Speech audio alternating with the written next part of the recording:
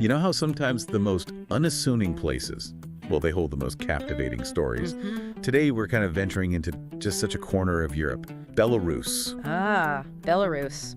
Often overlooked. Exactly. Think of it as uncovering a land just brimming with centuries of history etched into its landscape, nature that's seen millennia pass, and a spirit of resilience that's, well, truly remarkable. Absolutely. And we've managed to look at some fascinating sources that really shine a light on Belarus, focusing on the, key threads of its past and the attractions that bring that history to life today. Okay. Our goal really is to pull out the most insightful bits and offer you a kind of shortcut to understanding this pretty unique nation. And it sounds like there's some genuinely fascinating discoveries waiting. We're talking about medieval grand duchies that held sway over huge territories. Right. Wartime resistance that still resonates today, and these ancient forests that almost like whisper tales from before memory. Okay, let's dive in then. Belarus. Well, the story, it starts with deep roots. You have to understand that the territory of modern Belarus was, for a pretty significant stretch, maybe 9th to 13th centuries, part of Kievan Rus. Kievan Rus. Yeah, this East Slavic Federation. It basically laid a foundational layer, culturally and politically, for the whole region. Right, and from that foundation, something really influential emerged. The Grand Duchy of Lithuania. That was, 13th to 16th centuries? That's the one. Now, you might hear Lithuania and think primarily Baltic states, but this medieval power was enormous, right? Yeah. Stretching across so much of Eastern Europe. Huge, yeah. And its impact on how Belarusian culture developed, even the old Belarusian language, it was profound, really lasting. What's so interesting about it, just the sheer scale. The scale is definitely part of it. It wasn't some minor regional player. It controlled vast lands and for centuries was a major force, really shaping the political map of Eastern Europe. This shared history is key to understanding that distinct cultural mix that evolved in the Belarusian lands. Even today, linguists can trace Belarusian words back to Lithuanian roots, and certain customs, legal or social, they still bear the imprint of that time. Interesting. Then we see another big shift, 16th century, with the Polish-Lithuanian Commonwealth. Yes, the Commonwealth. This union brought periods of, prosperity and cultural exchange. Yeah. A real flourishing in some ways. But as often happens, it also became a zone of intense competition and conflict. Indeed. And if you look at the bigger picture, the Commonwealth, while it fostered this unique blend of cultures, it also found itself increasingly caught, in the crosshairs of its powerful neighbors, especially to the east. Which ultimately led to its partitioning, late 18th century, a real turning point that completely changed the political landscape. Right. Which brings us to a long period then under the Russian Empire. Correct. For well over a century, Belarusian territories were under Russian rule, and that naturally had a huge impact, social, political, cultural development. And following the collapse of that empire, the 20th century brought even more dramatic changes with the Soviet Union. Belarus became one of the Soviet republics. That period left a very visible mark, architecturally, and a lasting imprint on, many aspects of life. But then comes the truly immense devastation of World War II. The sources we looked at really hammer home just how disproportionately affected Belarus was. It's staggering. We're talking about just a staggering loss of life. Some estimates put it around a quarter of the pre-war population, and just widespread destruction everywhere. It's almost impossible to fully grasp that scale. And this really raises a powerful point about the resilience of the Belarusian people. Enduring that kind of unimaginable hardship, it's profoundly shaped their national identity, their collective memory. I can only imagine. The sheer level of destruction, it's like a constant reminder of how fragile peace is and the strength it takes to rebuild. And after all of that, these centuries of shifting powers, immense tragedy, we get to 1991. A truly pivotal year for Belarus. It's a declaration of independence. Yeah.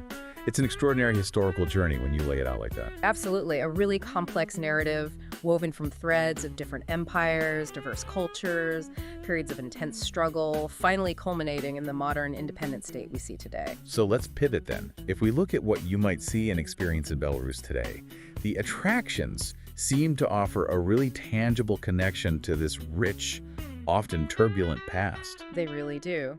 Let's maybe start in Minsk, the capital. Okay, Minsk. Described as embodying both rebirth and resilience. Which makes total sense, given its history, right? Repeated destruction and rebuilding. Exactly, and it presents this fascinating mix of grand Soviet-era architecture alongside modern contemporary design. What stands out there? Well, the symbolic public spaces like Independence Square and Victory Square, they aren't just plazas. They're powerful visual statements about the country's identity, its long journey, especially the huge sacrifices in World War II.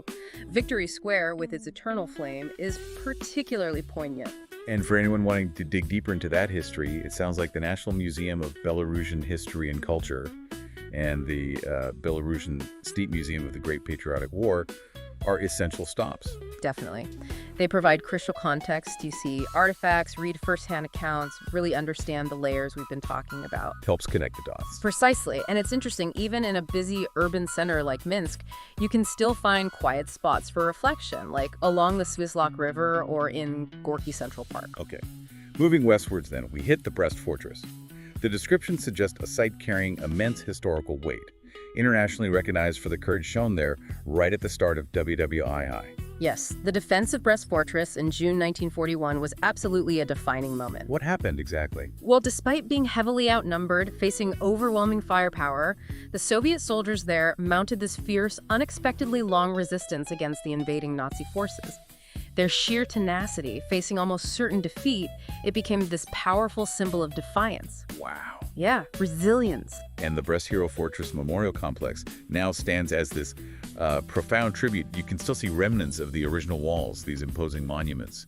Must be quite powerful. It's more than just artifacts. It's a place of deep remembrance, solemn reflection, a physical manifestation of the immense sacrifices. The scale of the memorial really underscores the significance of what happened there. Okay, then we have something quite different. Nezvi's Castle, UNESCO World Heritage Site.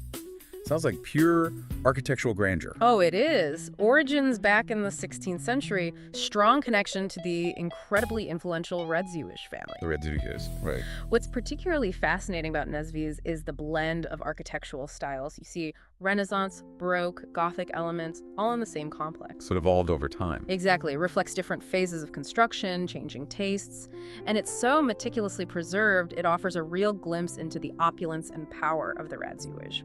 They were major players politically, culturally for centuries. And it's not just the castle, but the park and lake around it. Sounds quite picturesque. It is. Creates this image of both formidable power and, serene beauty. And you can actually go inside, explore the halls, learn about the dynasty. What do these kinds of residences tell us about, noble life back then? Well, visiting places like Nezvi's gives you a valuable window into the social hierarchies, daily lives, the political clout of the nobility. You see how they lived, the art they collected, understand their role. The Radziwiłłs, for instance, weren't just rich landowners. They were patrons of arts and sciences, played big roles in Commonwealth politics. Right. And not too far away is Mir Castle, another UNESCO site. Here, yes. Described more as a medieval masterpiece. Impressive towers, defensive walls. Feels like stepping even further back. Mir Castle definitely has a stronger medieval feel compared to Nezvi's Renaissance and Baroque vibe. Its 16th century build, the fortifications it speaks to, an era focused more on defense, projecting feudal power, a remarkably well-preserved example. And like Nezvi's, it also has an exhibition inside about broader Belarusian history. That's right. So they aren't just beautiful buildings, they're important centers for understanding the nation's story too. Tangible links to different periods. Okay, now for a complete change of scenery. Białystok Forest. Ah, yes, Białystok. Sounds absolutely extraordinary. One of the last primeval forests in Europe. Another UNESCO site, and it spans the border with Poland. It's truly a treasure, unique, incredibly valuable because it survived for centuries with minimal human interference. So it's like a window into the past. Exactly. You see what Europe's natural world looked like in ancient times? Old growth trees, diverse plants, complex ecology, and being cross-border just highlights its significance for the whole continent, a vital green lung. And it's home to the European bison, that amazing conservation success story. The bison is the flagship species, definitely. A testament to successful reintroduction after they were nearly wiped out. But the forest is just teeming with biodiversity, birds, mammals, insects, plants, many rare or endangered. Must be incredible to explore. Exploring it, on foot or by bike, it must be totally immersive. Really connects you with this ancient, vital landscape. And the Białystok National Park is the place to really get into that biodiversity. Absolutely.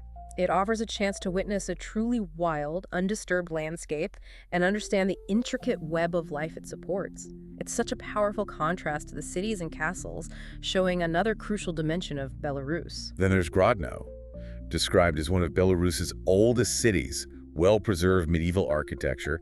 Sounds like history is almost tangible there. Grodno's location near Lithuania and Poland historically made it a significant crossroads. Cultures met there, important events happened there.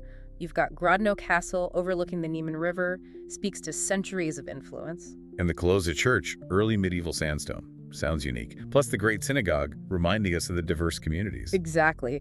The Great Synagogue is a very poignant reminder of the rich Jewish heritage that once flourished in Belarus and the tragic losses during the Holocaust. Adds a vital, often overlooked layer to Grodno's story, highlighting its multicultural past. Okay, and finally, Lake Narak, Belarus's largest lake. Natural beauty, recreation. Lake Narak offers a different kind of attraction, focused purely on the natural beauty of the landscape. Clear waters surrounding forests. Great for boating, fishing, swimming, hiking, a popular escape. So when you piece it all together, Belarus really does seem like this fascinating, maybe underappreciated corner of Europe, offering so much more than you might initially think. Exactly. We've really only scratched the surface, but even this quick look reveals these grand historical narratives, legacies of resilience, stunning architecture across centuries, and truly remarkable natural wonders. It's a country with diverse appeal. Yeah, from the medieval echoes in the castles, to the quiet strength of Brest Fortress, the timelessness of Białystok Forest. Belarus seems to weave together history, resilience, and this distinct, maybe understated, beauty. And that brings us to a final thought for you, the listener. Considering the weight of such a complex, often turbulent history, right alongside the enduring presence of these remarkable natural landscapes, how might those elements intertwine? How do they shape the unique national identity, the spirit of a place like Belarus? It's a fascinating question to ponder as you reflect on the many layers of this often overlooked country. Absolutely. And we really hope this deep dive has sparked your own curiosity, maybe challenged some preconceptions. We've truly just scratched the surface today. Definitely. There are countless other stories, details, perspectives waiting. So, if anything, we've touched on the Grand Duchy, Brest Fortress, the Bison, anything else if it particularly caught your interest, we really encourage you to delve deeper. There's a whole world to discover beyond our brief glimpse. Yeah.